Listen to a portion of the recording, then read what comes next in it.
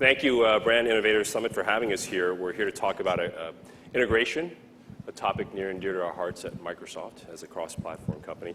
As Raj said, I'm Rick Song. I'm the General Manager for the Eastern US at Microsoft Advertising.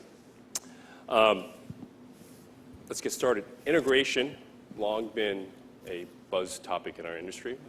I guess the difference today is that we actually have critical mass and adoption across all these different platforms and screens.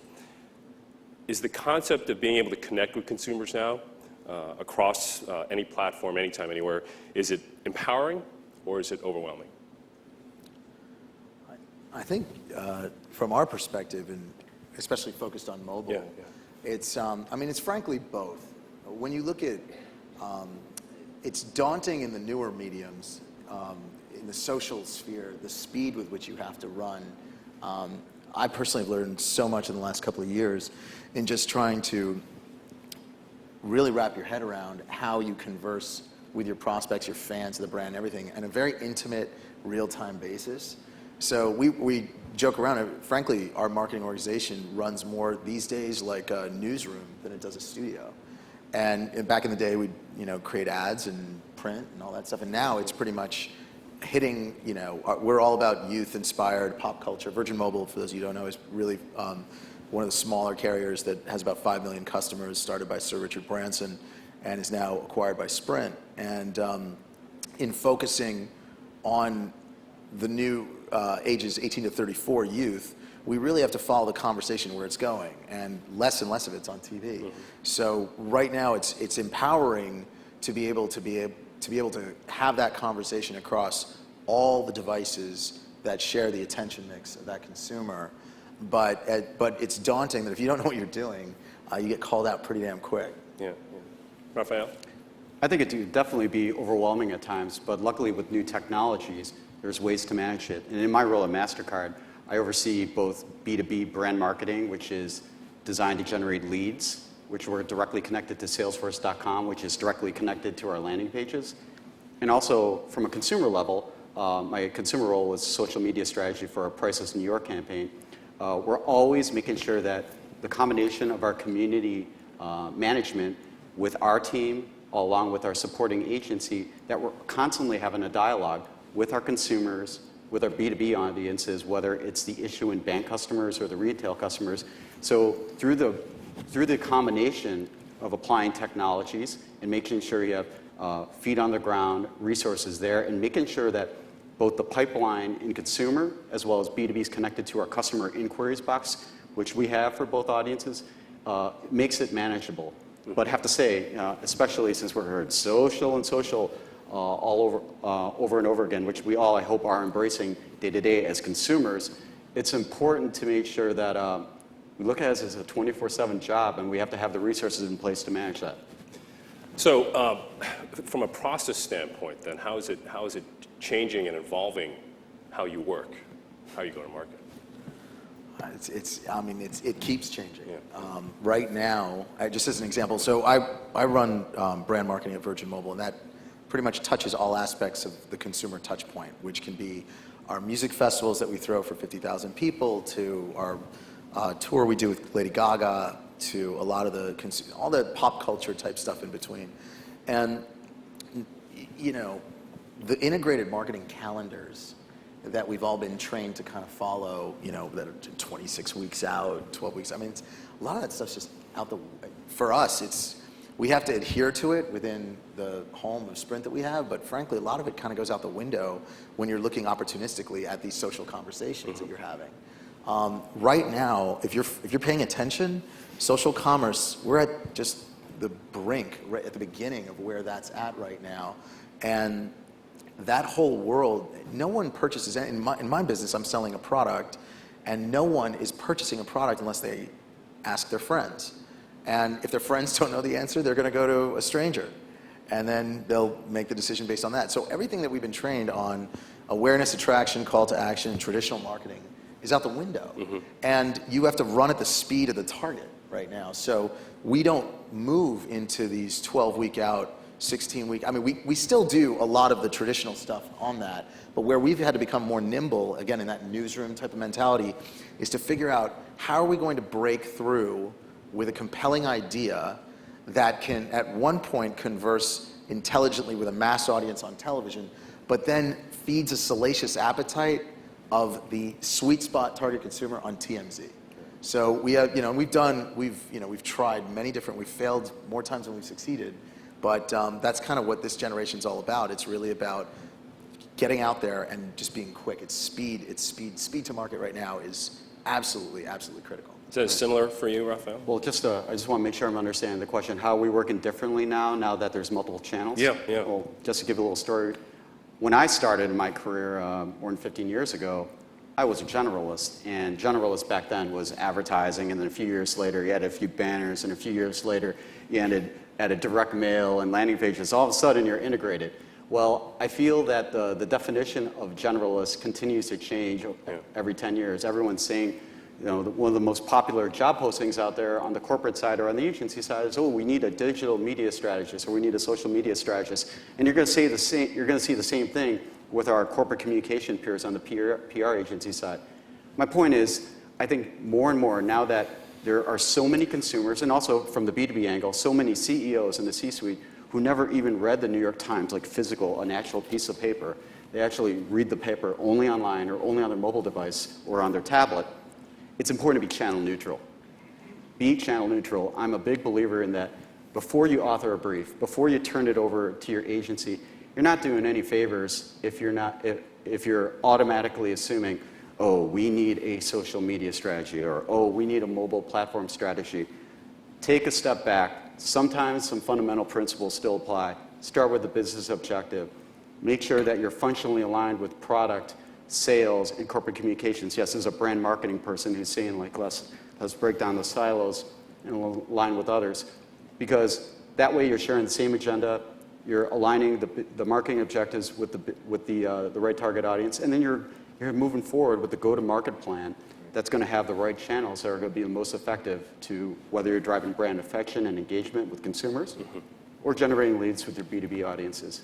So channel neutral, big believer in that. And it sounds like both of you are saying, obviously speed is critical in your process now, and that the process has changed in terms of who you have to interface with from an agency perspective, from an internal perspective, right? Like who has a seat at the table in your planning process now? Legal, first and foremost. They're going to love hearing that. Yeah. Oh yeah, no. They because when you move it, speed is risk. Yeah. And by definition, and anything that you want to do, you have to kind of, especially on the Virgin side, because we don't have, at Virgin, we don't have in any of our businesses the budgets to really compete with the leaders in that marketplace.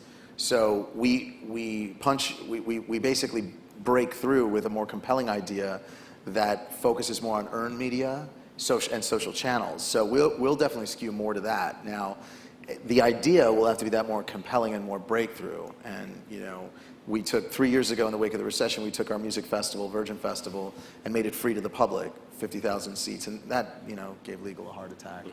And so aspects like that, the bigger the idea, the more that you're going to need to get buy-in from more people. So it's a trade-off in the sense that the irony is the speed with which you hit market actually slows you down internally because there's more buy-in for the idea. And so I'd say the people at the table really are a combination of finance, legal, and then we have business leads on our side that almost we serve as a client too. What about on the branding side? So when in the ideation process, right? Because digital kind of changes the dynamics of how you go to market, the speed in which you go to market. Where are the best ideas coming from? Traditionally, you work with a creative agency, there's a brand brief, and that whole process gets started. Now, it sounds like you're moving way too fast for that whole process to actually occur. At right? least from our perspective. So can you talk about that? Like who's actually, where are the best ideas coming from in that process? It's a great question because right now, the issue that's happening, to talk to your point, is that a lot of these agencies have to work together because I'm noticing that any one of our agencies, a lot of them will say that they are full 360 and they have everything. Everyone owns social, right? That's right. Everyone's like, every huge agency in is fighting for your social and they'll clout. show me a viral video and I'll be like, wow, that's social. And you really start to see who specializes in what. And what you're going to have to see is just as much integration across your agencies as you do on the client side. And so, when you ask, like, how are you seeing where the best ideas coming from? They come, honestly, and I encourage this, from anywhere. They come. I want as many to come from our side, the client side. I want us to have an ownership in it. I think the old school was that, well, creative's going to come up with it. That's a solve for creative. And I really don't believe that. Fundamentally, I think a great idea is a great idea no matter where it comes from. And we inspire, our media agency even will, being closest to the viewing habits are the ones that'll turn us on to some gaming proposition in console gaming that we should tie into.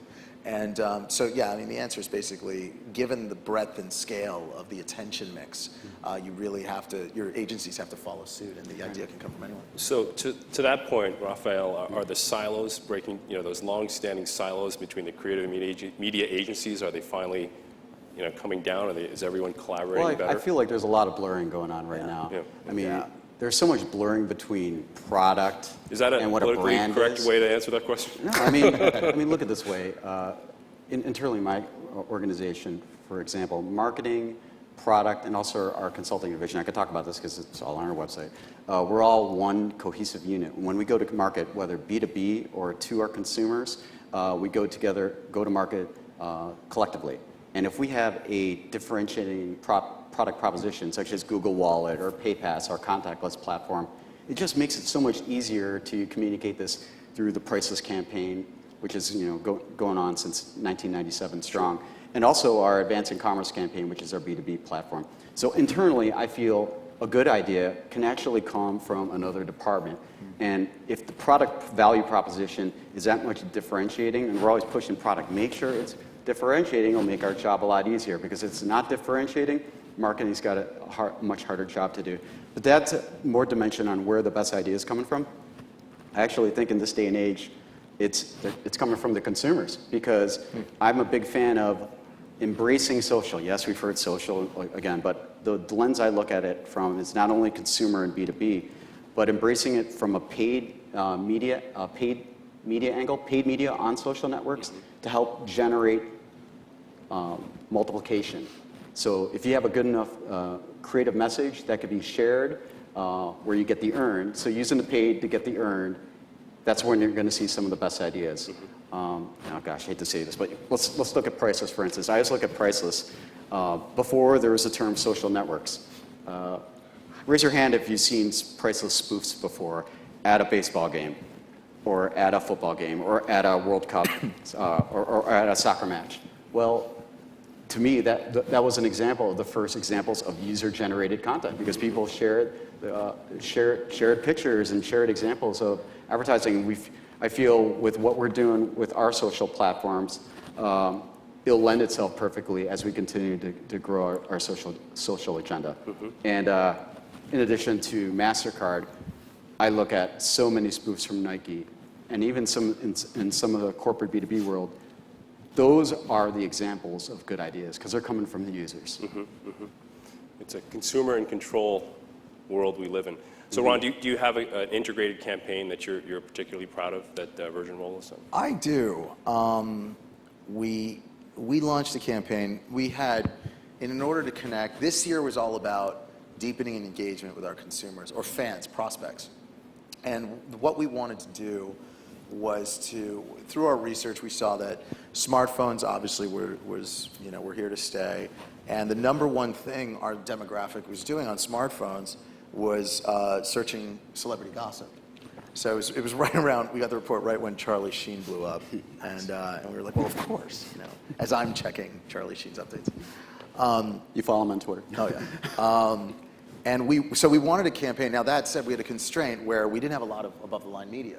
We had above-the-line, network and cable, and then very quickly we had to go underground pretty much to social, digital, and really flourish the campaign for 4 months until we could get back on air and carry a mass message. So we were looking, and as we were looking and ideating on what we could do, and we started to say, we want to invade in a relevant and organic way into the pop culture celebrity gossip thing. So we started looking around and seeing if there were celebrities that we could, attach to, and then we just didn't have the money, and our whole premise of Virgin Mobile was we lead with data first, so it's unlimited data on all of our plans. So we came up with a premise to say, look, let's create our own celebrity couple. Let's just invent one. Let's look at a casting call of thousands of men and women. Found a guy named Spencer and a girl named Sarah, and we created Spera, the first celebrity couple manufactured entirely by Virgin Mobile.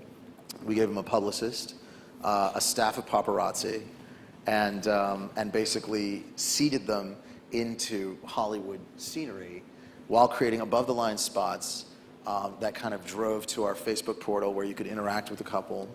And we had, obviously, we did digital full takeovers of TMZ, of everywhere that you could hopefully, fingers crossed, read about them. So we didn't do buys, but I think the magic, the part that I'm most proud of the campaign, this really invented the newsroom vibe, was that we didn't do a buy on TMZ and then say, okay, now cover them, because they'd always there'd be Brad and Angelina, and then they'd put Spera, and it'd be like ads, Virgin Mobile ad here. We did some of that on Us Weekly in print, but when it came down to how we were going to invade that world, we had to get these kids to do some goofy things out in the public to earn that right. And we started to see that when that was one of our agencies was really good, and they had created the show Punk'd.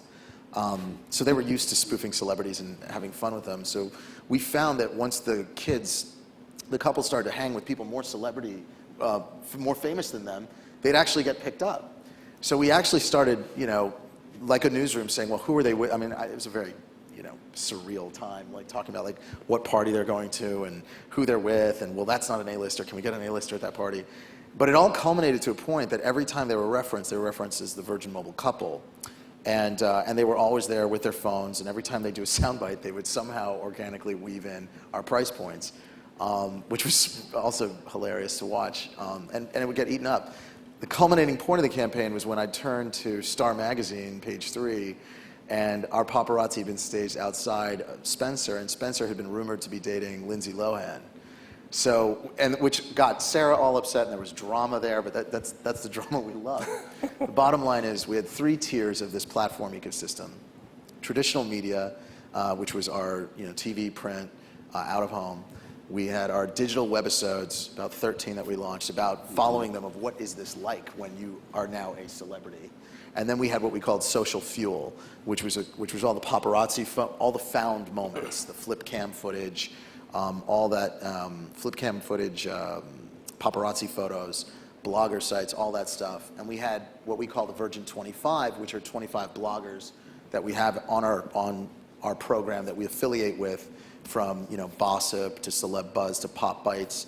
All of those guys are kind of in our arsenal. We pay them with hugs, kisses, and Lady Gaga tickets, and they go spread the gospel of our campaigns, and they were instrumental in breaking this couple.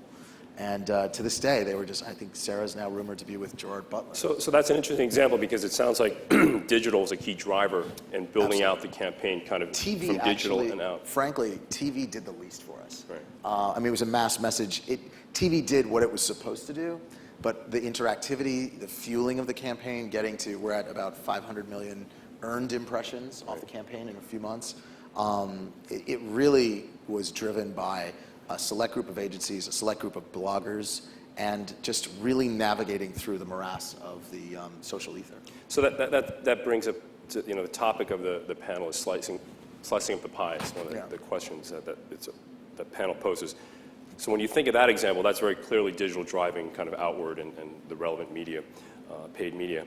When you look at allocation now, when you're taking a campaign to market, what is the approach now?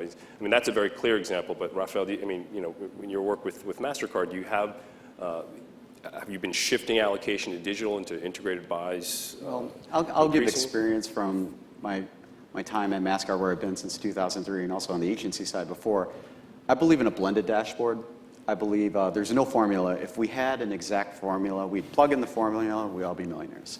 But, and that's what's great about being a brand marketer, you're constantly learning. So I believe that you should have a brand tracking study, whether you're in consumer or B2B, to see how you're closing the gap on competitors, checking the brand health, checking if you're having lift on your benchmarks that were set before. Then, of course, there's the engagement measures, which these days, 9 times out of 10, are digitally related. So we work closely with our analytics department, which we have internally, and we have our agencies face off with the analytics clients so that we're being very objective. And then finally, there's the business results.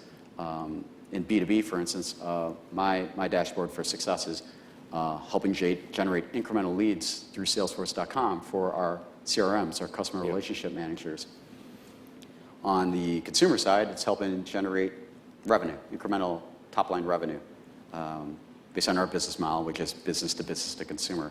And I think in other industries, that may translate into sales or units if you're a CPG. So again, looking at those 3 metrics, the blended dashboard driven by brand tracking study, digital engagement or delivery analytics, and finally business results, then you could help determine what your channel mix is.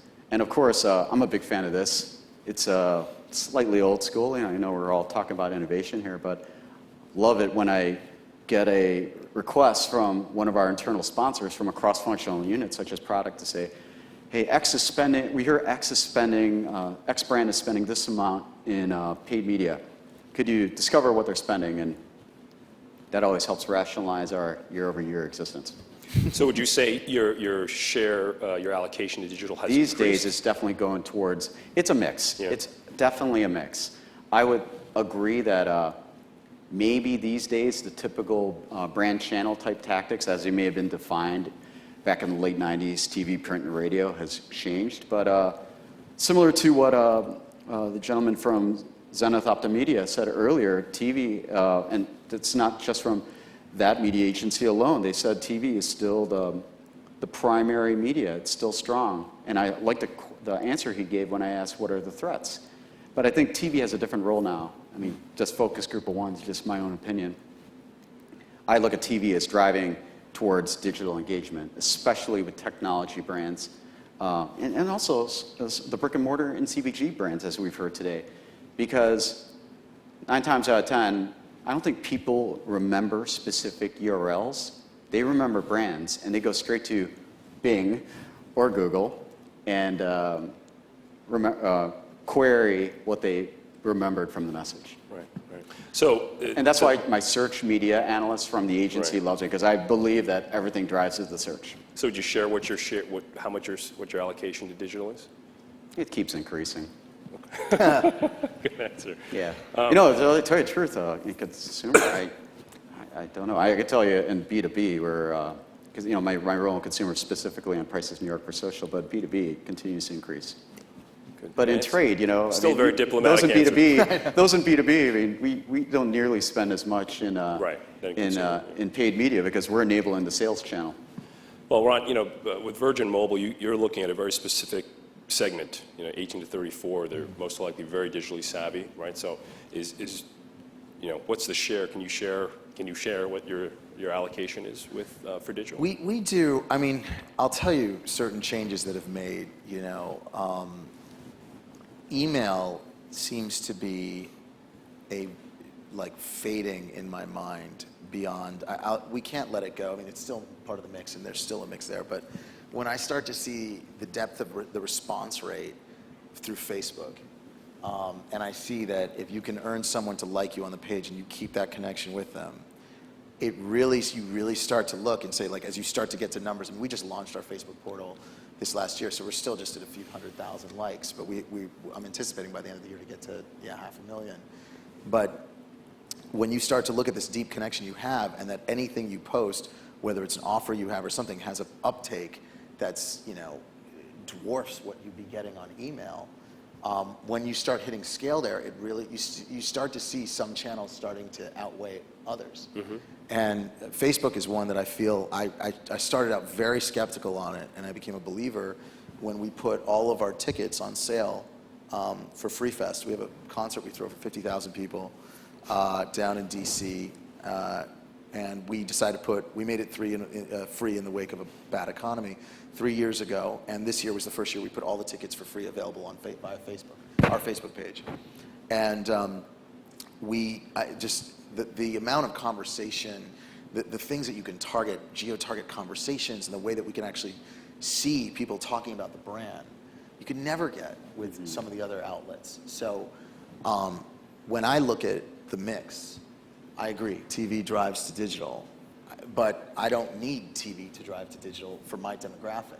If I'm going to do a media buy and I need to buy on Family Guy, I'd rather buy Family Guy on Hulu than I would on Fox.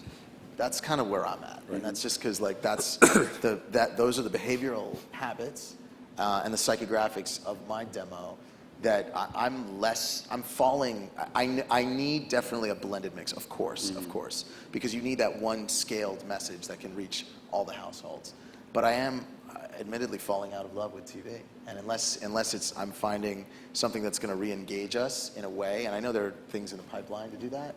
I just see a lot of accountable metrics and driving success from digital. So Rafael's spending is increasing, and you're spending more, or a lot on digital. Yeah. Yeah, I mean, digital is. I still think TV, just because the expense of it, it's still more than my digital, obviously. But I'm starting to steal from one to pay for the other.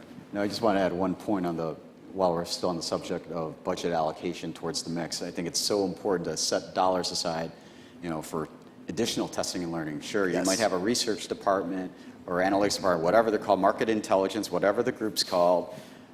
Set some dollars aside, and usually, with your media and channel group, because it's important to constantly measure. Sometimes they don't have enough resources, so it's important to.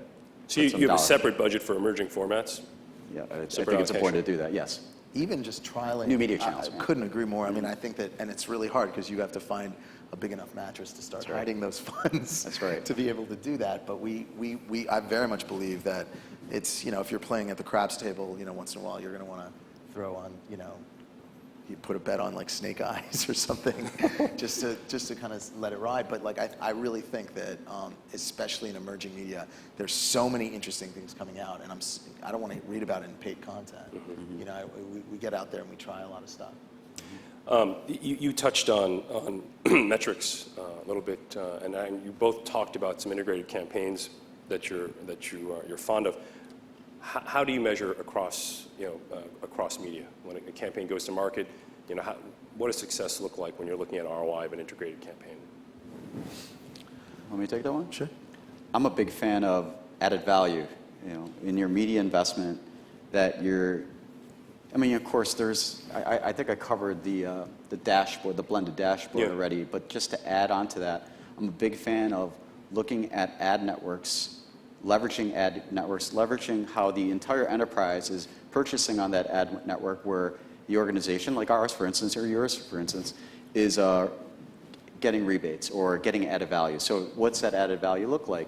Well, on the consumer side, it might be some custom research studies or incremental exposure, or perhaps some custom content that's going to be generated by the actual media property, where it actually adds credibility, so it doesn't look like Big Brother is putting his webisode towards the consumer audience. If you have that right partnership in the consumer channel, it actually adds a lot of credibility. And then on the B2B angle, I push our agency on this all the time. We want added value to help generate leads, and that typically manifests itself in webinars, where we get in front of a qualified audience, white papers, possibly some incremental trade show presence. Trade shows is huge in B2B, which is increasingly before they were very old school, but the trade show channel seems to be more increasingly adopting social more and more. So big fan of added value as a key metric, besides everything else I just covered before. Okay. We definitely, on our end, added value, I think we define slightly differently in the sense that we look at, for every idea or campaign we do that, it's the special sauce of the earned media, what it generates for us. And that's not just like number of likes, number of tweets, and number of shares, but it's really also the velocity of the speed. And we can track that based on when an ad was launched and when conversations started to go viral. Where I'd like to go is to start looking at metrics that really talk about, and we look at also the conversations about our brand on Reddit, and again, like more of the millennial generations where they play. So a lot of the positive association, positive messaging, and all that kind of how is the brand being perceived. In addition, obviously, there's all the traditional stuff on how we're capturing metrics on all the traditional side, and that's all table stakes. It's just a matter about we're looking at new ways to track conversation of the brand, because our brand is best. I think something like 94% of people who, something like in the 90s, of people who are a Virgin Mobile customer are willing to recommend it. So there's a huge potential to recommend, but still our numbers are not reflecting that. So I want to start investing in the tools, social tools that allow, something that's going to automatically write reviews and post to 6 different places if someone's a rabid evangelist of our brand. So the metrics would have to map up accordingly to the new tools. Yeah, that's my number one favorite question asked on a tracking study, whether, depending on the audience, is willingness to refer. That's what it's all about. Yep. We're going to take some questions in the last few minutes if anyone has. So start getting People ready still if you have here? one. That's great. For Ron or Rafael. But before we do that, so when you think about working with the larger media companies that are offering or have the ability to offer integrated buys, across the various screens, are you able to leverage that? I guess it's a two-part question. One, are you able to leverage that with the larger media companies, right? Because a lot of us are trying to be synergistic and integrated as media companies, but it's easier said than done, right? So are you able to leverage that seamlessly, number one? Number two, who's doing it well? Yeah, this is something that, I should probably talk about over a beer, but I think the one in thing an hour. Yeah, maybe now. I think what I find is that when media companies become really, really big and hit scale, there's a propensity for them to become more siloed, and that the value adds, and as they start to work with networks to place your creative on them or your messaging on them, those networks in turn become very siloed and very, very just less incented to think outside, to think there is no box, to kind of say, what are we really going to try and do? It's always, when we've worked at, it's a trade-off. You get the scale of cross-functional, but it's kind of on terms that are not as, innovative as I'd like to be. And when you're a lifestyle brand, you tend not to be just about the phone or the service. It's the emotional connection. And that can come from some of the programs we have. So if I can leverage assets like Richard Branson, Gaga, music festivals, all content that we create, I want to find a partner, I want to work with a partner that not only has the scale, but can also imagine ways of working seamlessly across all of the different areas in a manner that doesn't feel siloed when the consumer is experiencing it. And I think that that's been a struggle. And admittedly, I haven't seen a whole lot of media agencies that really get that right, because I think that, understandably, because they have an agenda based on very specific demographic data, less implementable on psychographic data. So my goal in 2012 is really to kind of partner deeper with a lot of those media agencies and through our media team also, and really say, like, look, let's rather than take what the network wants us to have, let's flex our muscle to innovate new value adds that can really drive a deeper level of engagement around our brand messaging. Yes, and I'll give you two perspectives. When I was on the agency side, my client was Frito-Lay, and our media agency was OMD. I actually saw it go from BBDO to OMD when all the Goliaths started to form. Anyway, what I saw was our client, Frito-Lay, realize efficiencies because Pepsi had so many lines of business going into the upfronts, going into all the various channels, most of it TV, but because of that investment power, of course, we're talking about an enormous brand, there was a lot of unique custom added value opportunities for Frito-Lay. Now, as a client, which I've been since 2003, again, I'm unique in that I've lived the consumer world, lived the B2B corporate world, now I'm living both. And it's nice to know that our global media agency, some of these ad networks handle consumer and B2B channels. So because of the investment we may put into the consumer channel, sometimes those properties also own some of the B2B channels, and we're able to realize some of the added value that I just talked about before. And of course, dollars and cents. Was there a question in the audience? Anyone? Nobody wants to be, oh, there's a gentleman there. Here it comes. I think the mic's coming. I think you got a mic coming. Hello. Hi. Brian Lenhart from American Express. Okay. So I have a question. The Priceless New York campaign was mentioned, and I was curious how you think about driving innovation at the local level, and then how do you scale that to other markets outside of New York? Well, right now, we recently launched Priceless New York, which for everyone that's not aware, and this is all in the public domain, we are evolving the Priceless campaign, our brand position, which we had since 1997. And now it's manifesting itself to delivering unique experiences that only MasterCard could provide at the local level with our sponsorship assets that we have, with our retail marketing assets that we have with our merchant properties, as well as some of the properties we have with, and partnerships we have with our issuing banks. So the way it manifests itself is culinary experiences, sports, travel and entertainment, you name it. And New York's been launched. We recently launched London. And other markets are on the radar. And we've already talked about how this is part of a global rollout. Prices New York, obviously investing in one of the biggest economies in the world is very important, and we're in the process of rolling this out to some of the key markets that matter for consumers and matter to us. So to answer the scalability part, it's definitely tough, I'll be honest. But luckily we launched New York and London. Those aren't small markets. They're very challenging, and hopefully the other markets will go just as smooth as New York and London did. Any other questions? Okay. Oh, one over there. Here comes a mic for you. You talked about added value. Do you still see television offering a lot of added value when the creative hits properly? For example, the Betty White Super Bowl spot with Snickers. All the news outlets were talking about it. It got a lot of play on YouTube. Does that still offer tremendous value as far as when you speak about the added value that's offered from a creative perspective? Well, definitely. I mean, I look at every message, and it's great. This mentality is shared on the client, on the brand side, on the corporate side, as well as on the agency side. We're always looking at messages that could potentially be multiplied. So what could potentially be shared? So you can look at all the different channel strategies and investment strategies you want. A lot of it is not formulaic. A lot of it's in the creative message, and that's critical. And that's something that I thank the Lord, I don't have a formula for. But that's the direction we like to give our creative agencies, is to make sure that whatever they create, we want other people to share it. Any other questions?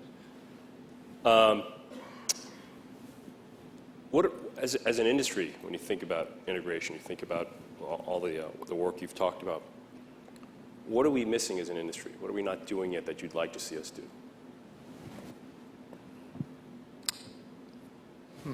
I'll start with that one. Ron, you usually have an opinion on everything. Yeah. Float an example to get the Well, conversation. as an industry, I mean, I think we shouldn't be too hard on ourselves as far as everything right now. We've gotten to a place right now where we are now looking at, the social trend. I keep coming back to the social trends of social commerce, Sure. of where it's coming in. I think like if there's something that's not doing well as an industry, as far as brand marketers really need to start embracing this new mindset that's shifting away from this awareness, consideration, and call to action. I think that there's years invested in that model and years of agencies' work that's in there, but it's blowing up as we speak. And a lot of it is basically in these mini networks that haven't even really been identified, but mini networks of people in social networks, not just Facebook, fans of hobbies. There was a great presentation online presented by, I think it was like the CTO of Facebook or someone at Google that left Google to go to Facebook. And it was really focused on your peer sets. Everybody's connected to 8 people. Those 8 people in their friend sets represent the different parts of their life, college, hobbies, and all that stuff. And there's certain go-to, in the hundreds of friends as someone would have on Facebook, there's really 8 influencers. And I think that investment in influencer networks is getting lost. I think people still think that an influencer is like some hipster that lives in Williamsburg. It's this imaginary mythical creature that's out there that we're all trying to get to taste our salsa or use our soap. And I think that really has changed, that influencer really... Well, I'm going to fold my pants. Right now. That influencer right now is your aunt. It could be, as far as like, I need a new phone. Can someone point me in the direction? And how we're able to catalyze these relationships and leverage them for commerce is really what I think more people need to get invested in and admit that is where the future of commerce is going. So it's something I'm obsessed with slightly. And as much as I love that mythical hipster, I'm willing to let her go and chase this. I think it's, we always hear we have to be customer or consumer centric and meet our consumers' needs. No kidding. But I'm always a big fan of doing everything we can to explore the unknown. What's the next platform? What's the next key channel that is going to be on the radar in 5 years? Maybe it's going to be in Williamsburg. And I feel a learning I've applied to my professional and personal life is not to have an isolationist attitude. And what's great about working at a global company is that we're constantly hearing from our other regions. For instance, we had a lot of conversations about mobile marketing and mobile commerce here today. Well, gosh, you ought to hear from our peers in Asia Pacific, Middle East, Africa. And I'm not talking just about MasterCard, I'm talking about the folks that we work with and some of the other great campaigns out there. The innovation doesn't, and I'm not talking just product innovation, I'm talking about the marketing and media innovation. It doesn't end in the US. Right. So I'm a big fan of making sure that we keep a pulse on what's going on around the globe. I'm sure a lot of you have read Thomas Friedman, The World is Flat. It really is. Just turn on your computer.